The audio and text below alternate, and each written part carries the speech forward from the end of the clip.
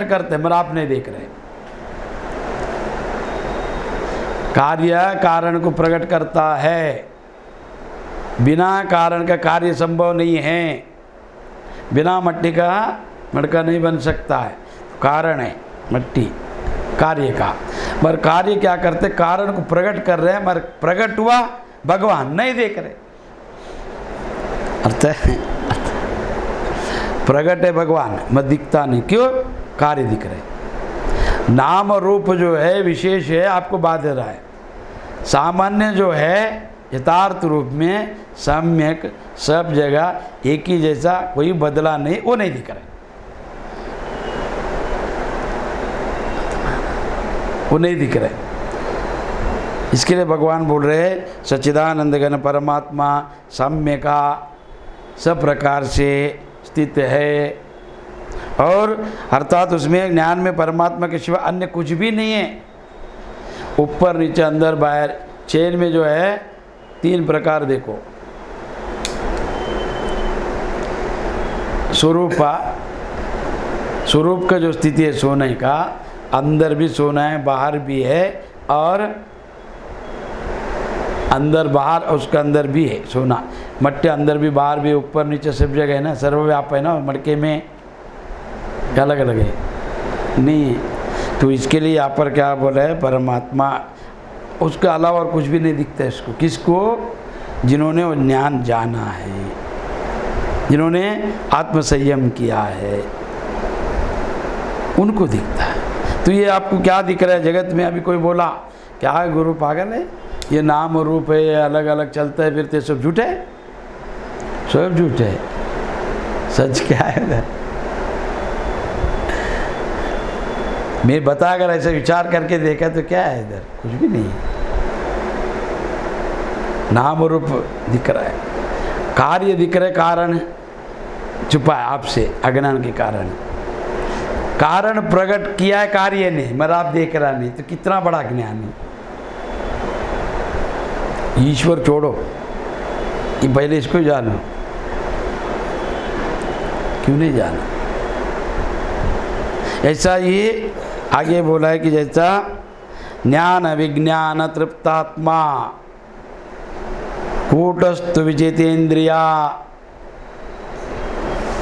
किधर के 8वां, युक्त युक्तचेत योगी समलोष्ट शमकंचन हो गया।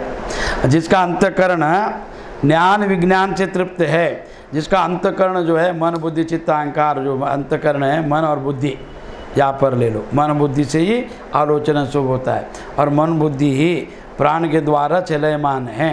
तो शरीर जड़ है, आत्मा चैतन्य है, वो चलता नहीं और ये चलता नहीं। इसको चलाने वाला कौन है? मन बुद्धि प्राण माया क्रिया। ज्ञान और विज्ञान से तृप्त है। ज्ञान जब अनुभव में आता है वही विज्ञान है, उसका नाम है अपरोक्ष अनुभूति। अपरोक्षता क्या है? ज्ञान, अनुभूति विज्ञान, और ये दोनों का अर्थ भी एक ही है। पर शंकराचार्य अपरोक्ष अनुभूति क्यों बोला, ऐसे पूछा गया। अपरोक्ष बोलेगा तो प्रत्यक्ष, अनुभूति बोले ना अनुभव, बराबर है। तो अनुभव बोलने का था, तो अनुभव बोल के फिर से अपरोक्ष क्यों रखा? अपरोक्ष अनुभूति, दोनों का अर्थ एक है। प्रत्यक्ष यानी दिखना, दिखने के बाद अनुभव हुआ। फिर ये ज्ञान विज्ञान क्या है?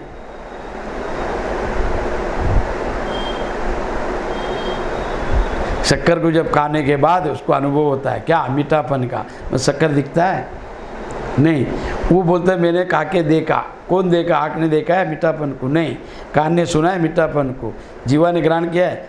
कौन किया? जीवा ने ग्रहण किया है। वो जीवा बताए ये मीठा है, तो उसके अंदर नेत्र है कि नहीं है?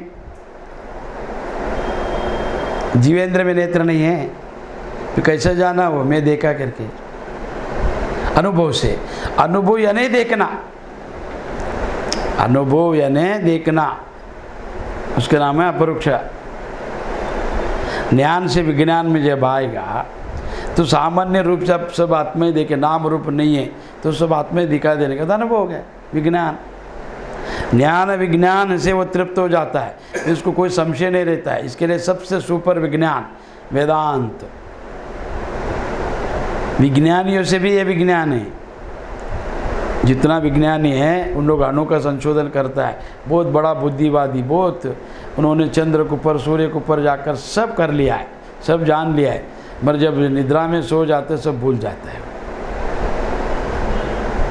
हो गया? और आगे गया कुछ भी टेंशन है तो और भूल जाता है, और आगे गया स्मरण शक्ति जाता है, और आगे गया वो कूद जाता है। इसके लिए ज्ञान विज्ञान तृप्त, तो ज्ञान विज्ञान से जो तृप्त है, ज्ञान और विज्ञान से तृप्त है परमात्मा अंतकरण, जिसका स्थिति विकार रहित है, विकृति नहीं है, जिसमें विकार किसमें रहेगा उसमें संशय, तो ये विकार रहित है। देखो सोना ही चेन में है, हाँ, तो चेन नाम किधर है, उसमें सोना चेन बन गया है। अगर आपको अच्छा नहीं लगा फिर से गलाओ, सोना रहेगा, विकार रहित है वो, उसमें विकार आपने निर्मित किया, आपने नाम और रूप को डाला, फिर वो नाम रूप उसमें वो खुद नाम रूप बन गया, तो चेन सोना बन गया, तो मट्टी मटका बन गया है। मटका से कोई अलग नहीं है, आपने उसका नाम और रूप रखा है उसको, ठीक है। फिर वो जब टूट जाने के बाद वो नाम रूप नहीं रह जाता है, पर वो तत्व तो है, विकार रहित है वो, जिसकी इंद्रिया भली भांति जीता हुआ है, और जिसके लिए मिट्टी पत्थर और स्वर्ण समान है। मिट्टी पत्थर और स्वर्ण सब एक ही है, जमीन से बनता है सोना, है ना, मट्टी से बनते हैं पत्थर, पत्थर से बनते हैं सोना, दो तीनों एक ही है, सब मट्टी है, पर अलग अलग दिखता है। मट्टी उड़ा सकता है, गिला कर सकता है, कीचड़ बना सकता है, मड़का बना सकता है, पत्थर से मार सकता है, सोना बेच के पैसा ले सकता है। तो ये सब बना है किसमें, भूमि से, भूमि में बना है ना। भूमि के अंदर कितना है, 7 लोक है, नीचे तला वितला सुतला रसतला पाताड़ा महाताड़ा, तो ये जो है 7 लोक है। उसमें रसातल जो है, रसातल में लाल मट्टी के नीचे पारद रहता है, वो ऊपर वो मट्टी को जब उसमें से निकाले तो पारा बन जाता है। फिर पारा का कोई भी धातु को, जैसे तांबा पित्तल लोहा को वो चू लेता है, सोना बन जाता है, स्वर्ण बनता है, और सब जमीन से बनता है, तीनों भी एक है।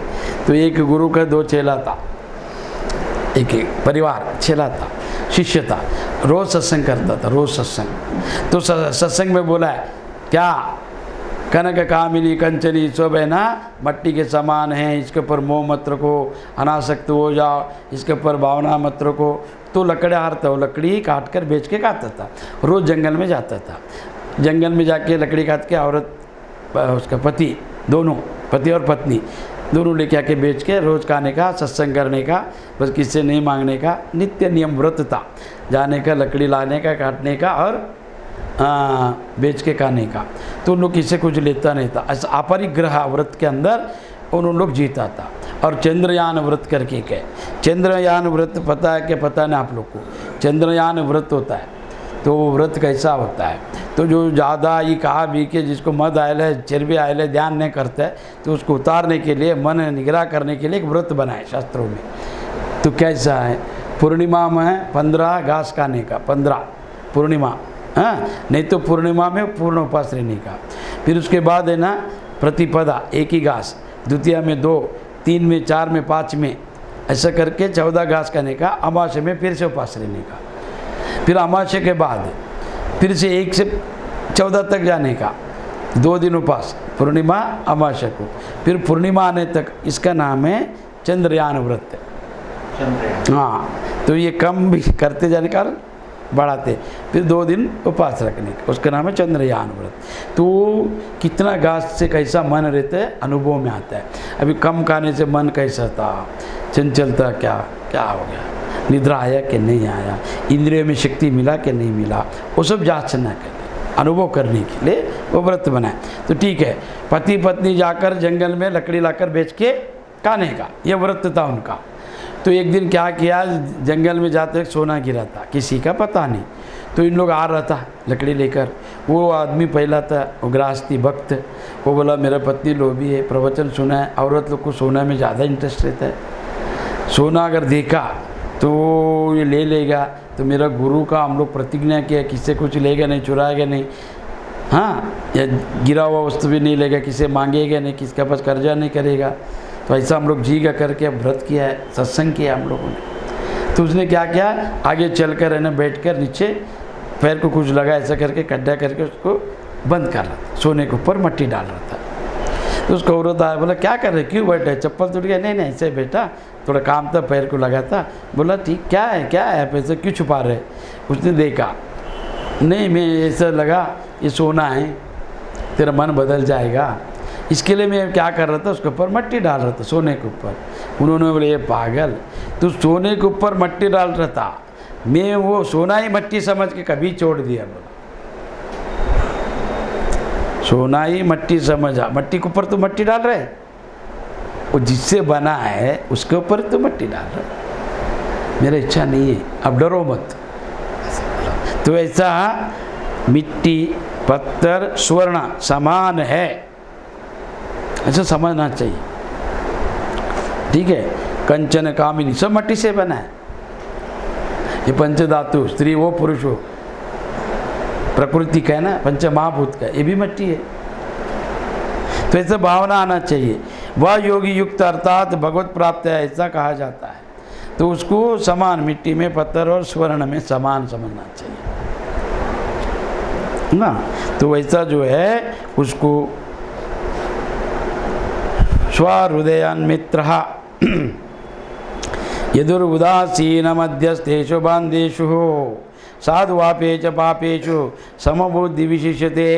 तो उधर सुनो, स्वहृदयी मित्र वैरी उदासीन मध्यस्थ द्वेष बंधु और धर्मात्मा, इतना उन्होंने बताया भगवान ने कि स्वहृदय ही, जिसका हृदय स्वार्थ रहित है उसको बोला जाता है स्वहृदय ही। हाँ, और मित्र जो हो पक्षपात रहित होता है, वो कौन है, पक्षपात रहित, उदासीन जो रहता है पक्षपात रहित रहता है।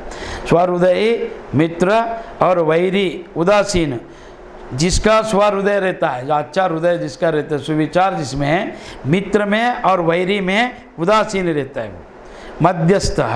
जैसा दो व्यक्ति ने झगड़ा किया है, तो एक आदमी ने देखा, तो उसको बुलाया गया गवाह के रूप में, इधर आओ, तुम क्या देखा, कौन किसको गाली दिया, कौन किसको पहला मारा।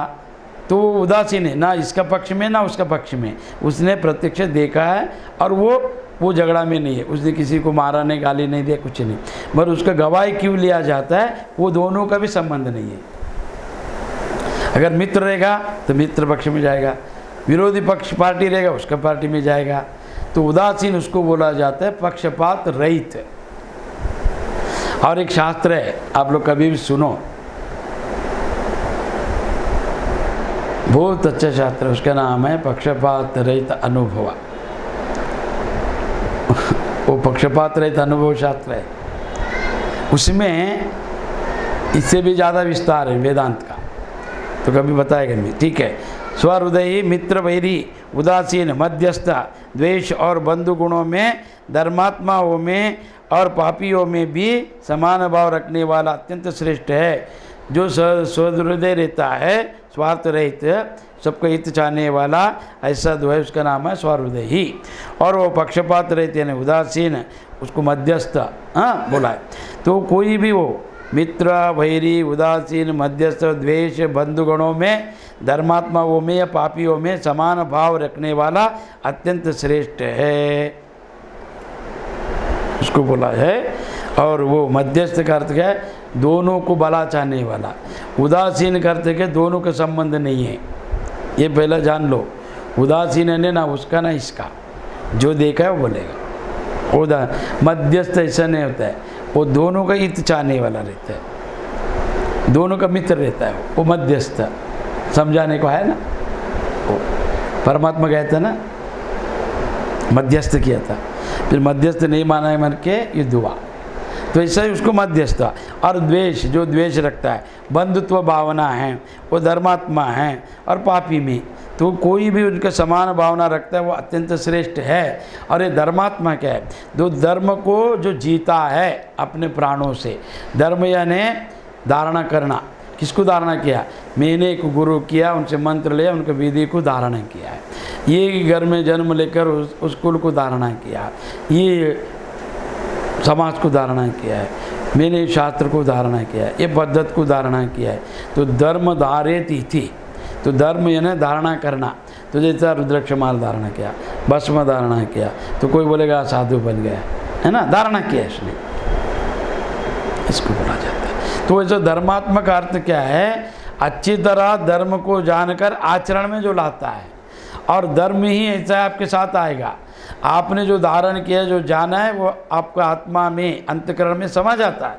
फिर वो जब प्राण जाते वक्त वो आपको पूर्व जन्म के लिए वो मदद मिलता है उसका।